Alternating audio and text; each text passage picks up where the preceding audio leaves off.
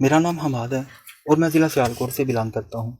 میں ایک naan custodial father ہوں اور گزشتہ 6-7 سال سے گارڈین کورٹ لاہور میں اپنے بچوں کی کسٹڈی اور ملاقات کے لیے آئینی اور قانونی جنگ لڑ رہا ہوں۔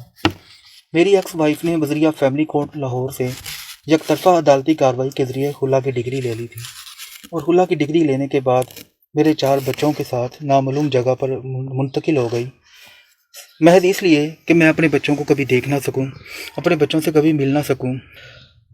جب خلا کی ڈگری ہوئی تب میرے بچوں کی عمریں 9 ماہ سے لے کے 7 سال کے درمیان تھیں۔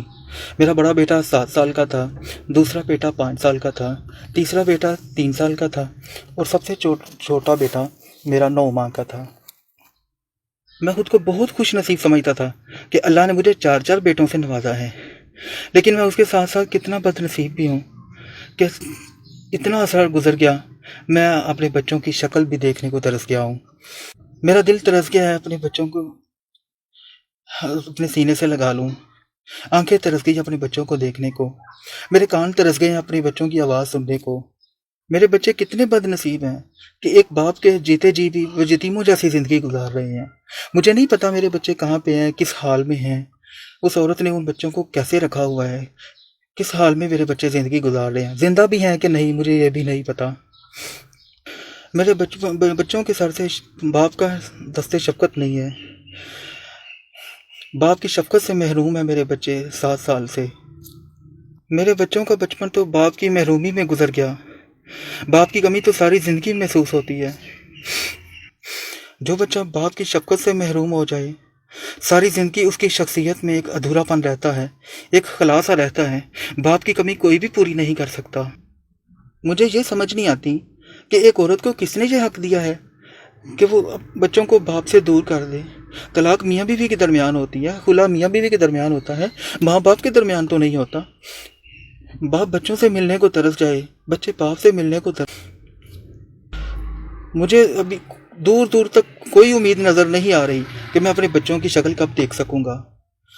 وہ آج میرے سامنے بھی آ جائیں تو میں ان کو پہچان نہیں پاؤں گا، وہ مجھے نہیں پہچان پائیں گے۔ ایک بچہ جو 3 سال کا تھا مجھ سے جدا ہو گیا، اب وہ 10 سال کا ہو گیا ہوگا، میں اس کو نہیں پہچان پاؤں گا۔ جو بچہ میرا 7 سال کا تھا وہ 14 سال کا ہو گیا، وہ مجھے نہیں پہچان پائے گا، میں اس کو نہیں پہچان پاؤں گا۔ اس کا ذمہ دار کون ہے؟ کیا ہماری گارڈین کورٹ اتنی بے بس ہو گئی ہے کہ ایک مظلوم مجبور بے بس باپ کو اس کے بچوں سے ملوانے میں ناکام ہو گئی؟ سوال ہے، کیا اگر کوئی باپ اس طرح اپنے بچوں کو لے کے غائب ہو جائے اور گارڈین کورٹ ماں کے لیے کوئی سٹیپ نہیں لے گی، کیا گارڈین کورٹ ماں کو اس کا حق نہیں دلوائے گی؟ یقیناً دلوائے گی۔ تو پھر ایک باپ کے ساتھ ناانصافی کیوں کی جا رہی ہے؟ میری اعلیٰ ارباب اختیار سے گزارش ہے کہ ایک مظلوم مجبور بے بس باپ کے درد کو سمجھا جائے، میرے بچوں کو مجھ سے ملوایا جائے۔ میری اپنے بچوں سے ملاقات میرا آئینی، قانونی اور شرعی حق ہے۔ مجھے اس حق سے سالہ سال سے محروم رکھا جا رہا ہے۔ میں کون سا دروازہ کھٹکھٹاؤں؟ کس کے در پہ جاؤں؟ کیا بچوں کو باپ سے دور کر دینا، باپ کی نظروں سے بچوں کا اوجھل ہو جانا، کیا یہ باپ کے ساتھ زیادتی نہیں ہے؟ باپ کے ساتھ ظلم نہیں ہے؟ ایک عورت کو کس نے یہ حق دیا ہے کہ وہ بچوں کی زندگی سے باپ کا وجود ہی ختم کر دے؟ میں سمجھتا ہوں ہماری اعلیٰ عدالتوں کو اس معاملے پر سنجیدگی سے غور کرنا چاہیے۔